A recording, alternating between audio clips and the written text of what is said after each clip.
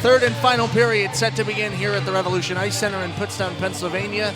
Syracuse Orange 20 minutes away from securing a spot in tomorrow's ESCHL tournament final against the Delaware Blue Hens. The Orange lead the Seawolves 6-2 after a dominant second period.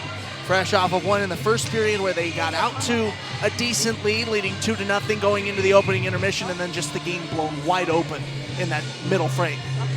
Yeah, I think the key to this third period is disciplines. I mean that in two ways. Obviously, not retaliating from dirty plays that we've seen from Stony Brook, but also discipline, sticking to our system, getting pucks deep, doing the things that have worked for us continuously this weekend, instead of trying to take chances with a wider goal lead than we normally have.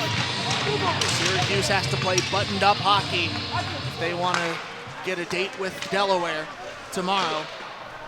12 p.m. would be the final. We'll have coverage of it on the SU Hockey Network should the Orange hold on. They start off this period with a power play and quickly into it. Hutchinson is second of the day. Syracuse scores. Took the opening faceoff right down the ice. Alicia beats Hutchinson on the welcome mat. Knock knock, Syracuse is home. Wow, what a start. That's kind of energy we need to start a period. You know, obviously killing on a fresh sheet is never fun. Pucks just slide around. Looks like Hutchinson just got to slip right by, sink that puck in. How about that to open up the third period? Syracuse puts their lead to 15 seconds into the final frame. Touchdown Syracuse. Where's Fran Brown when you need him? 6 goals yesterday in their tournament open, the first postseason game in 5 years for the Orange. They put up 6 against the Dragons to get this game, and now 7 against the Seawolves, the tournament's number 2 seed. How about this? As a welcome back to the postseason for the Orange. Yeah, looks like we know how to play some playoff hockey here. Seawolves looking to answer here. Haskins, knowing the clock is very much not his friend, starts off this Seawolves attack on the right half wall. Works it over to his left side where Hudson DiNapoli was lying in wait. DiNapoli gets it to the high slot, left side, before sending it behind the goal where the puck is pinned. 2 Orange, 2 Seawolves, both poking at it. Freed up and then fired in by DiNapoli, who is waiting on the right circle. DiNapoli gets his rebound, turns in another one, and then another after that. 3 opportunities from DiNapoli. A triple save day from Finta right off that. 1, 2, 3, all out of the net. Another one turned in, this time not from DiNapoli, but from Colin Wenrick at the right point.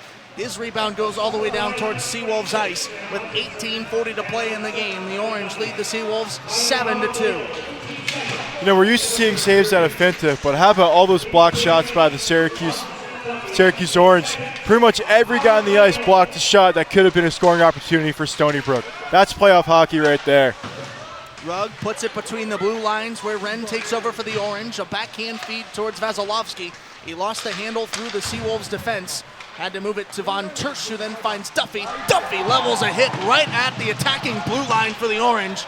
He takes a minute to fan over his hit.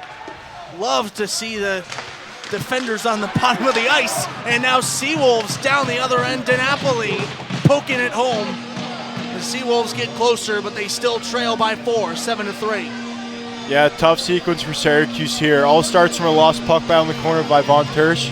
And then a wide open defenseman gets a free lane, finding the Stony Brook forward on the far post, sneaking it in past Finta. Final 18 minutes of this game, which has been all Orange through those 2 periods prior. But the Seawolves still a lot of time left to come back in this one. Syracuse sealed a comeback win last night, and they get a goal right in response. Tanner Cole is first of the season. Syracuse 8-3. How about that? That's a deal we've talked about a lot today. Tanner Cole, a guy who's been doing all the right things this season. Penalty kill, 5-on-5, playing on all different lines. Finally find the back of the net where it counts most in the postseason. First of his season, first of his career here with the Orange. How about that for the inaugural goal of your collegiate career, to put your team 5 goals ahead with a chance to move on to the final. How about that from Tanner Cole? Had an opportunity earlier. Cade Cook got the final stick tap on it. And now getting it right back onto his stick from who else but Cade Cook. Tanner Cole getting his first goal as a collegiate skater to put Syracuse ahead 8-3. Seems like this will be a duel we'll see a lot of. Tanner Cole and Cade Cook. Great chemistry out of these two.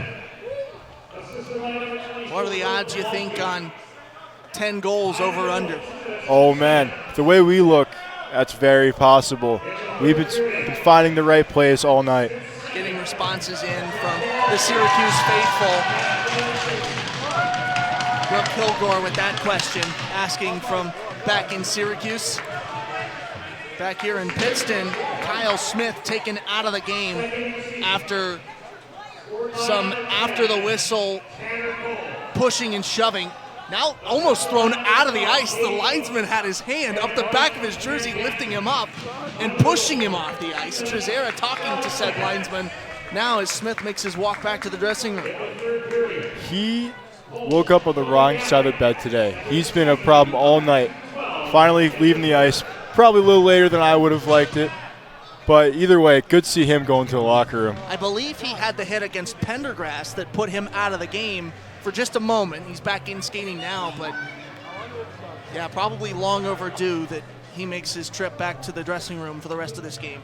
Hopefully he can get the locker room packed early. Start the bus maybe. Seawolves still fighting into it, but they're going to be down Kyle Smith for the rest of this game. He's now out, ejected from this one. Kazicki and Alvers talking to the officials, presenting their respective teams' interests as the Orange lead 8-3. We'll take a look at your bracket, which is all but complete.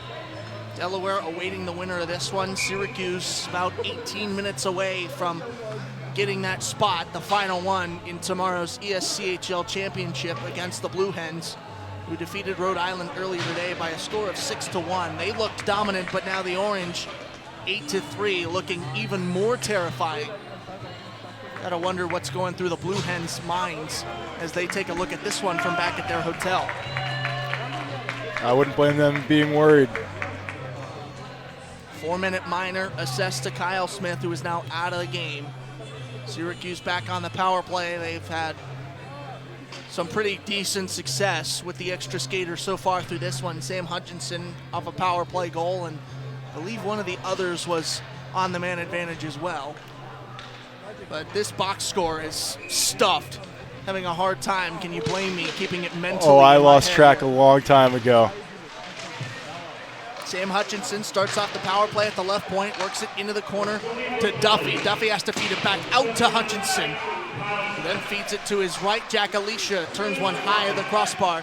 Rebound corralled by Alvers. Alvers in between the circles to Duffy. Duffy poking at it along with Alvers. The Seawolves defense right there on the PK. They'll clear it down the ice towards AJ Finta. 4-minute power play, now 3:30.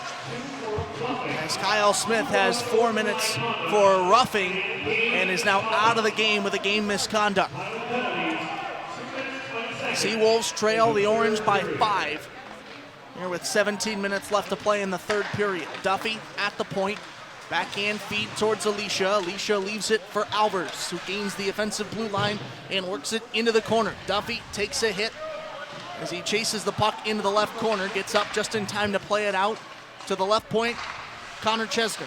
Chesner over to Alicia. Alicia across the ice to Alvers. Alvers, high left circle, feeds it in between the circles towards Hutchinson, who's coming down the lane. Puck now out of the zone. The Seawolves get it just out of their end, but not quite the full length. Kills off a few seconds. The Orange still have 2:40 on the man advantage, thanks to the Smith penalty. Up the ice, a breakout. Here comes Cade Cook. Cook dangling around defenders, high of the right slot. Moves it over across the ice towards Vasilevsky, who turns one in with his backhand. It goes wide of Barnicow. The rebound picked up and corralled by Cato. Cato works it into the bend. Cato fighting for it along with two of his teammates, Gaffney and Cook, fighting against Kormanik. And somebody who we haven't said too often, Kyle Nestepny. Cato out to the point, Rugg. Rugg over to his left side. Vasilevsky turning one wide of the net. 2 minutes to go on this power play for the Orange as Rugg picks it up in Syracuse ice. Works it across the line, getting past the defense of Will Cormanic. Puck left behind at the center logo. Smith, that is Cooper Smith, takes it just into the circle before Rugg gets there. Smith, back in front, he scores! Cooper Smith taking a feed off a loose puck that was fed to him by Nick Newman. One more for the Seawolves. They still trail 8-4 here. 15 minutes to go in the third.